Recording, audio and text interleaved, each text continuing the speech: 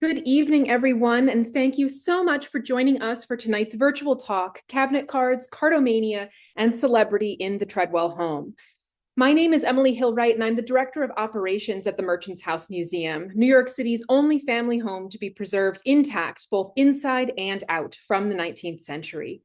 Built in 1832 by abolitionist and social reformer Joseph Brewster, and then home to the Tredwell family and their Irish servants for nearly 100 years, the Merchant's House is complete with the Tredwells' original furnishings and personal possessions. The house offers, with unparalleled authenticity, an intimate look at life in mid-19th century New York. I want to give a big thanks to our friends at Village Preservation for co-sponsoring tonight's talk. Before we begin, during tonight's program, please feel free to use the Q&A feature at the bottom of your screen to ask any questions. We will have time for a few questions at the end of the evening. I am just delighted to welcome our presenter this evening, Katie Jacobson. Katie is our current Education and Public Programs intern at the Merchants House, and we have just loved having her on our team. In addition to leading guided tours, helping run public programs, assisting with exhibition work, and just all around helpfulness, Katie has delved into the museum's photography collection, and we are so excited to share her work with you. She holds a BA in Art History and Cinema Studies from New York University. Welcome, Katie. Thank you. Thank you so much for having me. Okay. I want to make sure that you can see my screen. So sorry, I'm having trouble now, of course. Okay, I think everything is good, so we can go ahead and get started. So, as Emily said, my talk is titled Cabinet Cards, Cartomania, and Celebrity in the Tredwell Home. So, in the second half of the 1800s, photography was still a young medium, and because of that, was quickly evolving. Through the Tredwell family's lifetime, they went through the invention of the photograph in 1826 to handheld cameras accessible to amateur photographers in the 1900s. In this talk, I will detail a time of rapid change from the 1850s to 60s in the photography world using the Tredwell collection as an example. We will discuss the invention of the carte de visite and cabinet cards and see how they functioned in wealthy families and society after the 1850s and became a mainstay beyond the end of the century. There we go. As you may know, the 1800s was a time where ceremonial calling was a social expectation in order to be polite in high society. The introduction of the carte de visite coincides with this culture, hence their name meaning visiting card, because their size was the same as a visiting card. However, they were rarely used as such. Instead, they were put into these photo albums, as you can see here. André Adolphe d'Astery, a French photographer, patented the carte in 1854. The carte had a standard size of 2.5 by 4 inches. The carte was cheaper because photographers were able to produce multiples of the same photo at once.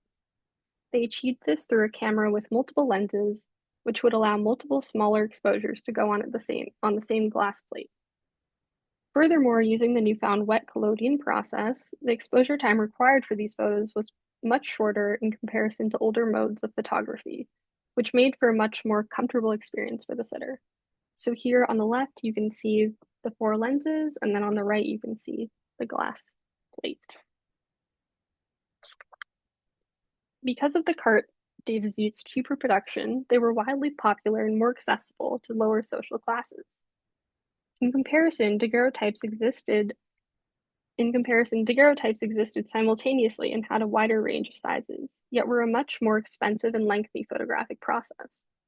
Approximately 300 to 400 million carts were sold in England every year from 1861 to 1867. This period is now known as Cartomania because people would collect carts of their family, friends, and celebrities to put them in photo albums. The photos were, quote, not to be looked at with deferential awe or revered from a distance, but catalogued and collected, gossiped and commented upon. The cart had a distinctly egalitarian aesthetic, end quote. Later, I will provide examples of how the Tredwells took part in Cartomania. It's now shifting to the new size. By the late 1860s, carts began declining in popularity. The cart was not the only photographic medium available. Tintypes, also invented in the 1850s, were cheaper and quicker alternatives with a range of sizes, which might have made the cart less appealing.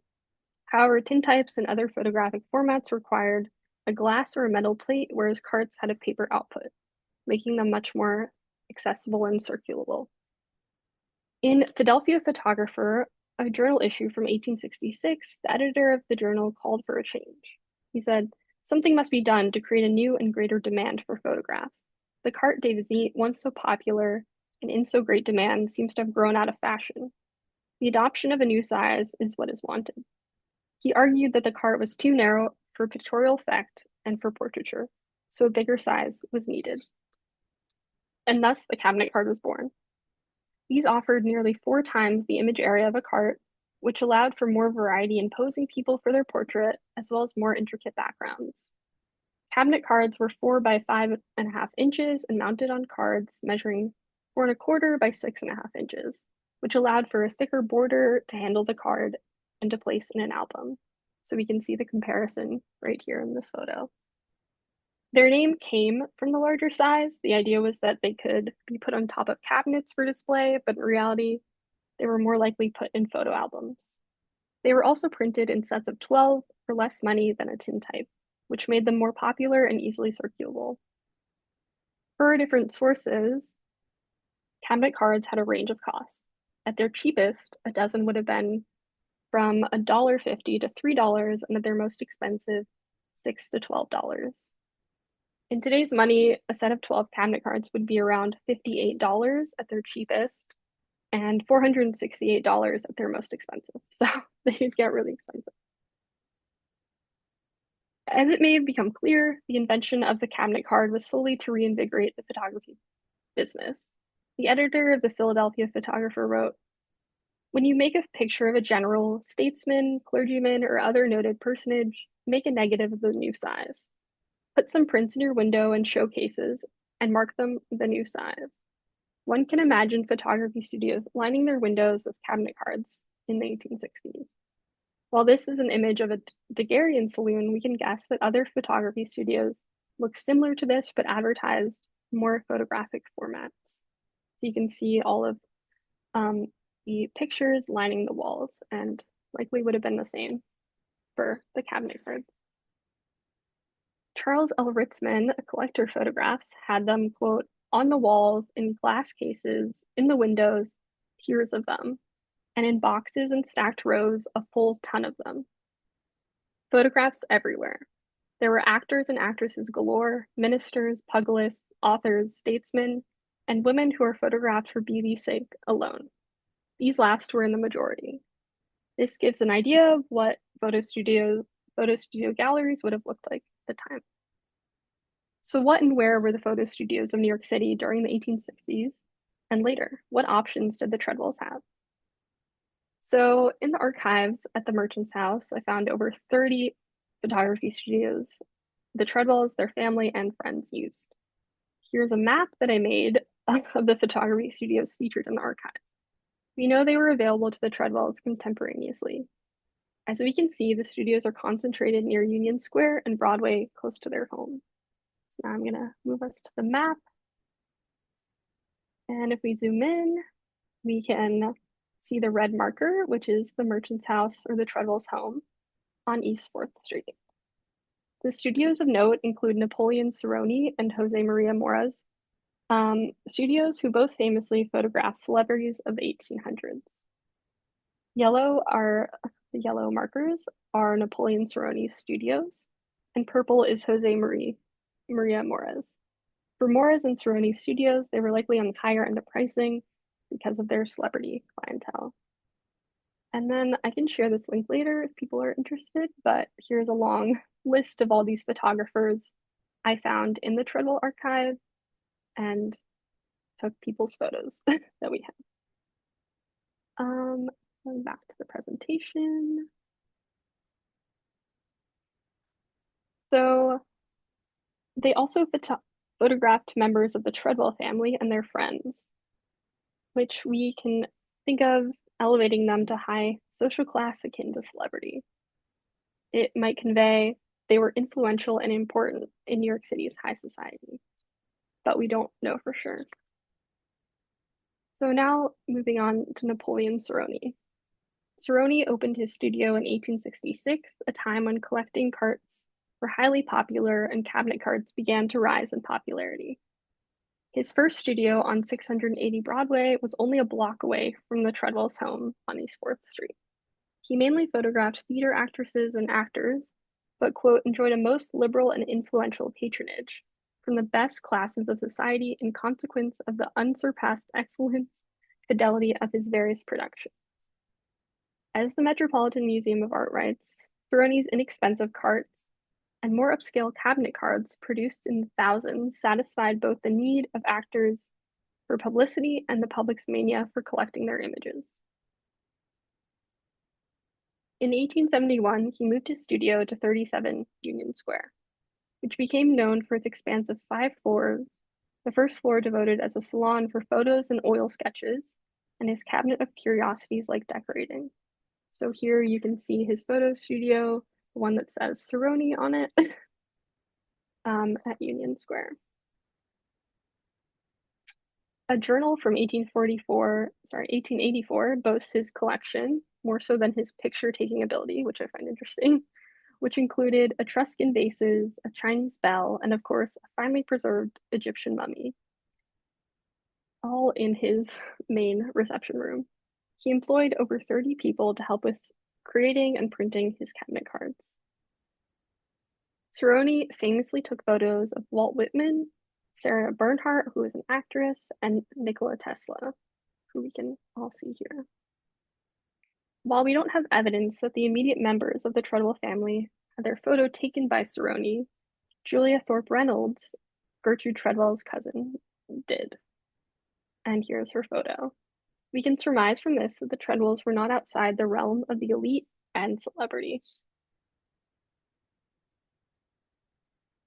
The second most famous photographer of the late 1800s, Jose Maria Mora, can also be found in the Tredwell archives through his work.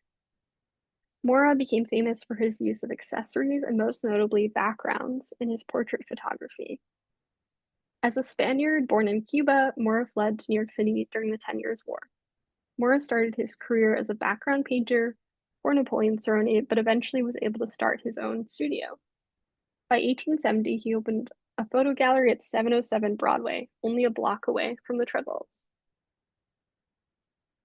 His rise to success started with him photographing theater stars, which later developed into photographing socialites, such as the Vanderbilts and the Belmonts. Here you can see a Belmont and Vanderbilts. In his studio, he had, quote, more than 50 painted backgrounds representing sea and sky, plains and mountains, tropic luxuriance, and polar wastes. Every style of scenery from Egypt to Siberia, mostly designed by himself and all executed with Lafayette W. Seavey's unapproachable knowledge of photographic needs. So here you can see the very intricate backgrounds creating a snowstorm effect, and then the beautiful palace-like background of the Vanderbilts. While these women in the Tredwell archive are unknown, they could have been friends or family of the Tredwells.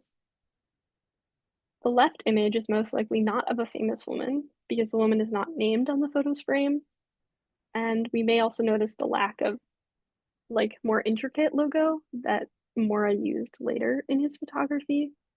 However, the larger size of the photo on the right suggests that it was more expensive, and therefore she could have been a famous theater actress or someone of celebrity status. So here is a size comparison. The first on the lower left is a cart, and the second one is a cabinet card, and the third is that much larger print, but is also would have been considered a cabinet card.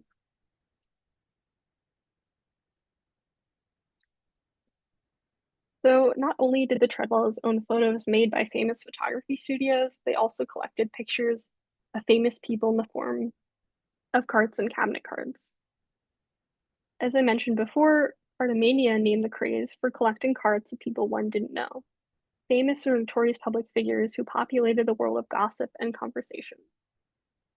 Quote, a photo album on the drawing room table served as a conversation piece for the pictures of celebrities it contained, and so mediated between the parlor and the public sphere. Not only did the Tredwells take interest in stars, it is clear that they had an interest in political figures. So now these next few photos will showcase objects from the Tredwell collection that they had in their home. So this is an engraving of Empress Eugenie in the size of a carte de visite on the left. Eugenie de Montijo married Napoleon III, which made her the Empress of France from 1853 until 1870. The Tredwells also had another large drawing of her, which hangs in Eliza's bedroom today. So you might have seen it if you've been to the merchant's house, and that's in the middle of this slide. This engraving was likely a copy of an engraving initially made for the book Eminent Women of the Age, published in 1868, which featured her and other notable women of the Victorian era. While this book seems feminist in nature, it defines women through the lens of them being supporters of the important men they accompany. Secondly, the Tredwells kept a cabinet card of Rutherford B. Hayes and his wife, Lucy Webb Hayes. He served as President of the United States from 1877 to 1881. The cabinet card was likely sold at Moore's studio, hence the Tredwell family collecting this photo. By the time of Hayes' presidency, Seabury, the patriarch of the family, and Eliza, his wife, Seabury had died. Eliza, his wife, was 90 years old. So their children would have likely been the collectors of these cabinet cards. Here is an engraving of the Prince of Wales, Albert Edward, his wife, Alexandra, and their newborn son, Albert Victor. It is the size of a cart and based on a photograph of the family. In 1860, the citizens of New York held a ball in the prince's honor, the Academy of Music, on East 14th Street. It is possible that the Tredwell family went to the ball, yet we do not know for sure. Quote, given the social standing and ages of the Tredwell daughters, it is likely if they didn't attend, certainly friends of theirs did. The Merchant's House collection once contained a music box commemorating the ball, so the event was not without notice in the Tredwell household. End quote. This engraving was made in 1864 or later after the ball, so it makes sense the family would covet a picture of him and his family if they had attended his ball. This portrait is also captivating when one considers that the Irish servants living in the Tredwell home might have considered the Prince of Wales their oppressor. The next engraving is of Christina Nilsson, who was a famous soprano opera singer in the late 1800s. The drawing is based on a cart by Charles Routlinger, who took her photo in Paris when she was around 17 years old in 1864. The drawing is backed on a card, making it the dimensions of a cabinet card. Cards of celebrities would often be printed as engravings, as we can see by these examples. Because many of these photographs, or quote photographs, are engravings, it might bring to mind the question of copyright when it came to early photography. The first photographs to be seen widely by the public were pictures of the British royal family in 1857, which we can see here. The photos were mass-produced as engravings approved by the royal family. However, not all engravings were done legally. Protests from photographers in England led to enacting the Fine Arts Copyright Bill in 1862. The United States followed suit when in 1865 Abraham Lincoln amended the US Copyright Bill to include photographs. Yet, the US did not uphold the copyright law for photographs until 1884, when Napoleon Cerrone sued Burrough Giles, a printing company, for using the likeness of his photo of Oscar Wilde to make 85,000 prints and sell them. Cerrone won the case and cemented copyright law for photographers and their images. So here we can see the left, the Cerrone image, and then the lithograph of Oscar Wilde and how it's blatantly ripped off. Now we will move on to portraiture or self-portraiture of the Tredwells. Quote, the carte de visite often entailed an act of self-portraiture. Victorians had cards made of themselves and then distributed them to friends to be collected in albums and pored over during visiting hours. End quote. Of the many Tredwell family members, I will focus on two women who came of age during Cartomania and the cabinet card craze. Gertrude Ellsworth Tredwell and Elizabeth Howard Nichols are pictured here. Throughout their childhood and adolescence, they both had many photos taken of them, which is rare. So to start, we're going to focus on Elizabeth H. Nichols, also known as Lily, and I'm going to refer to her as Lily from now on. She was born in the Tredwell home on October 30th, 1854, the same year that the cart was patented. Her parents, Elizabeth Tredwell and Effingham Howard Nichols, stayed in the Tredwell home for 14 years. After 9 years of their marriage, Elizabeth gave birth to Lily, who was their only child. When Lily was 5, the family moved out of the Tredwell home to Brooklyn. While we do not know for sure, Elizabeth might have had stillbirths or miscarriages, because it was not common for families to wait 9 years in marriage to have children. Lily was likely longed for and treasured because she was the only surviving child, hence the family having so many photos of her. As she gets older, you can see the photographic format start to change from cart to cabinet card. The photographic medium also changes from album print to tintype. So the first few photos provide an example of hand-applied tinting the image to add rosy cheeks and color to the ribbons of her dress when she is a toddler or baby, which you can see in the middle and on the right. And then these are both carts. And then the next one, when she's a teenager, these first two are carts, and then that one is a tintype on the right. And then when she's a young adult, the cabinet card sizing is used for her portrait, allowing for a larger and more detailed image of her. The outside rim of her portrait cabinet cards are also gilt with a gold metallic paint or gold leaf, making them appear more luxurious. So here we can see that size comparison again of the cart versus the cabinet card. Also of note is that later in life, Lily lives with Julia Thorpe Reynolds' sister, Emma S. Thorpe, which makes it even more interesting that she or her aunt, Gertrude, were never photographed by Napoleon Sarony themselves. However, we have many photos of Gertrude, the youngest child of the Tredwell family, which detail her growing up as well. She was born in 1840 in the home. And here are pictures of her. The fact that they're all cards speak to the era of photography she was growing up in. We can see Gertrude mature through these many photos, which previously would have been expensive and rare.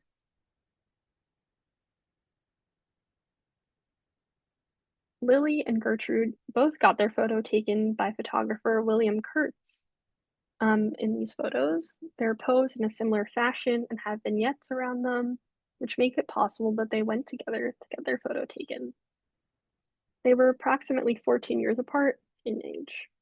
Kurtz, the photographer, was popular for his, quote, Rembrandt-style lighting, which emphasized specific areas of highlights and shadows in the contours of one's face, rather than flat lighting. While I don't think we can see it in these two images, this later photo of Gertrude seems to illustrate the Rembrandt style because there are gradations of shadows on her face, and there are also sharp highlights in her eyes.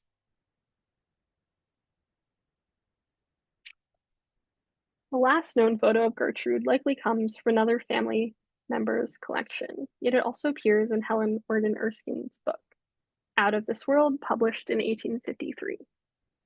In this photo, Gertrude is accompanied by Tred Richards, who lived with Gertrude when she was older. In Erskine's book, she labels Gertrude a recluse and discusses how a lost love made her retreat from society.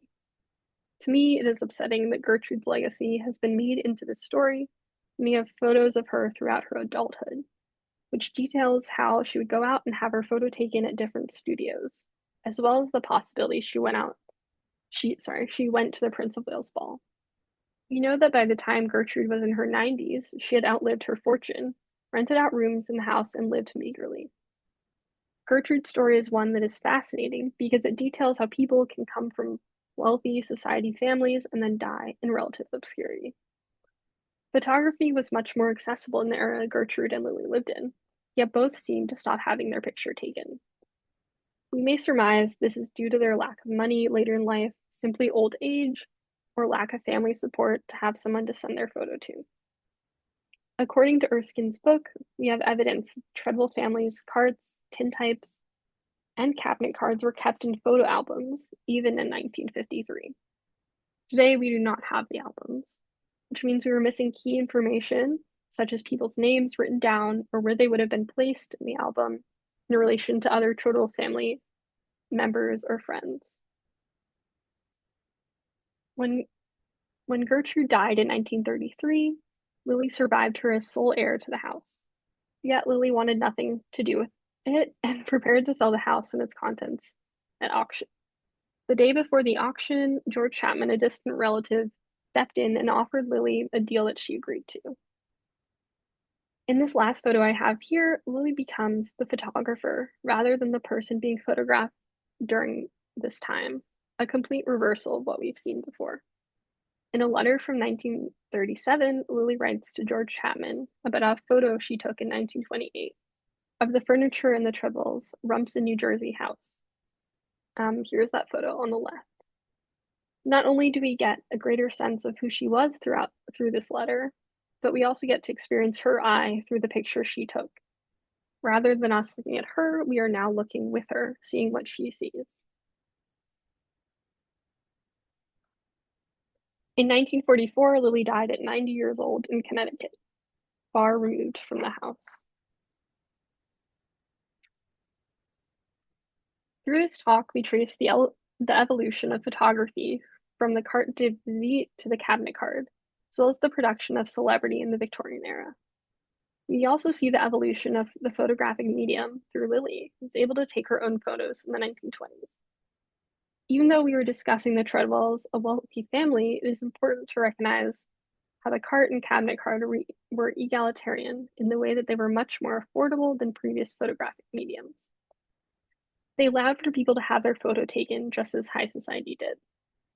These pictures of everyday people were also put into photo albums or photo studio windows with celebrities, which effectively eroded any class division upon first glance.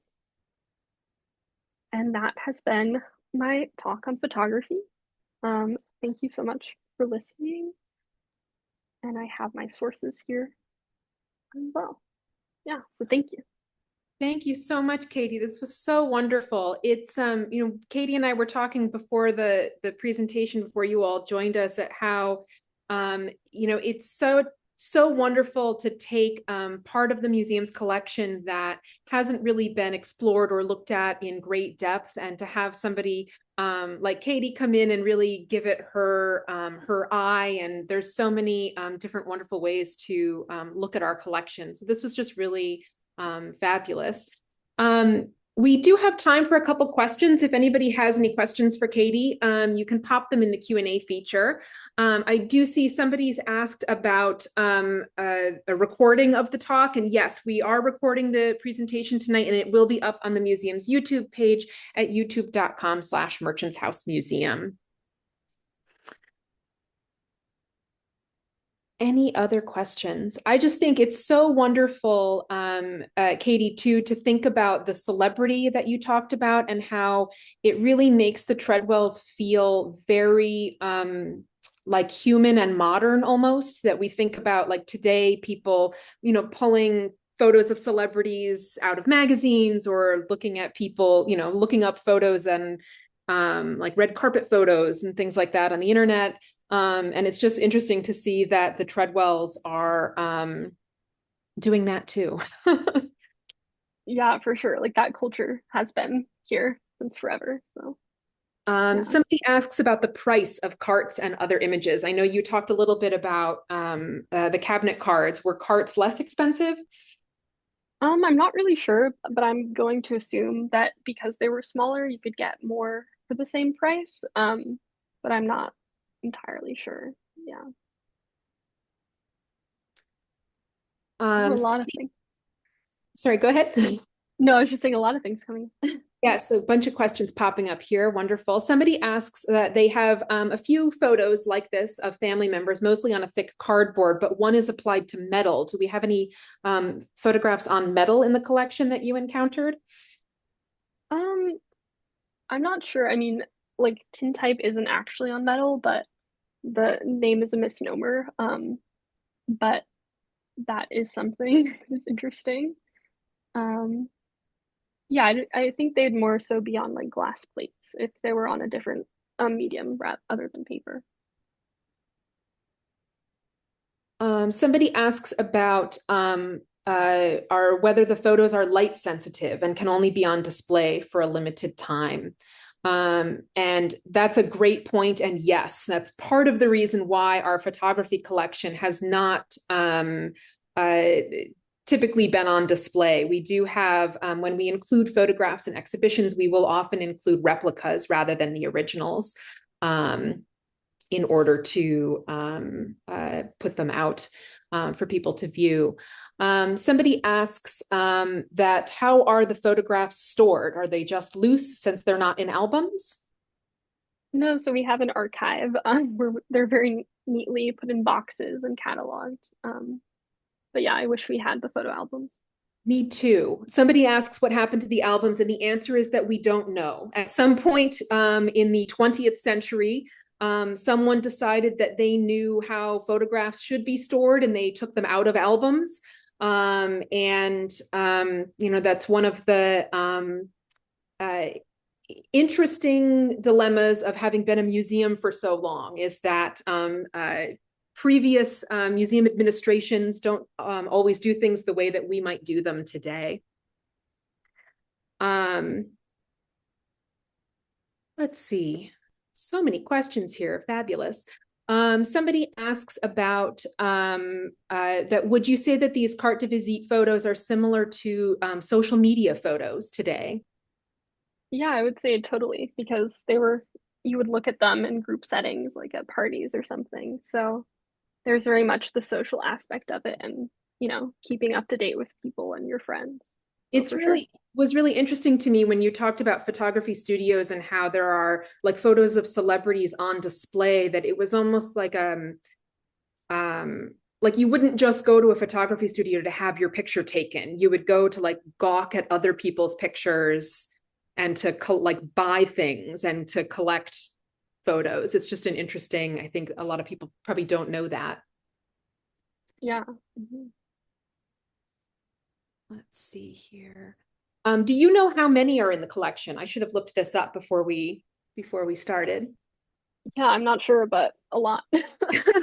We I do don't have know. several big boxes full. I can take a look and I will post the answer to that question when I post the video on our YouTube page. We can put it sort of in the description down below of how many photographs are in the collection.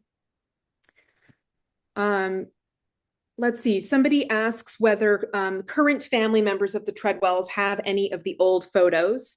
And the answer to that is that, gosh, I hope so. And if you do and you're out there, get in touch. We have been in touch with some members of the Treadwell family, and we've received a few things, but no sort of hidden treasure trove of photo albums as of yet. But you never know what might be out there. There's been lots of thank yous here, Katie. This was really wonderful. I really appreciate all the work that you did, and it's been so much fun to, take a look at the collection sort of through your eyes here. Thank you. Well, I think that that's it for us tonight. Thank you all so, so much for joining us. As many of you probably know, the house is currently in the midst of a long-awaited year-long exterior restoration project. The museum is totally hidden by scaffolding, but we are still open to the public with guided house tours, special themed tours, and exciting new exhibitions in the works. The Merchant's House is open to visitors on Wednesdays, Thursdays, Fridays, Saturdays, and Sundays with options for both guided and self-guided tours. So we do hope to see you soon. Please do stay in touch, follow us on social media, and share our posts to tell your friends and family about us. Tonight's talk, like all of our virtual programming, will be posted on our YouTube page at youtube.com/Merchants House Museum.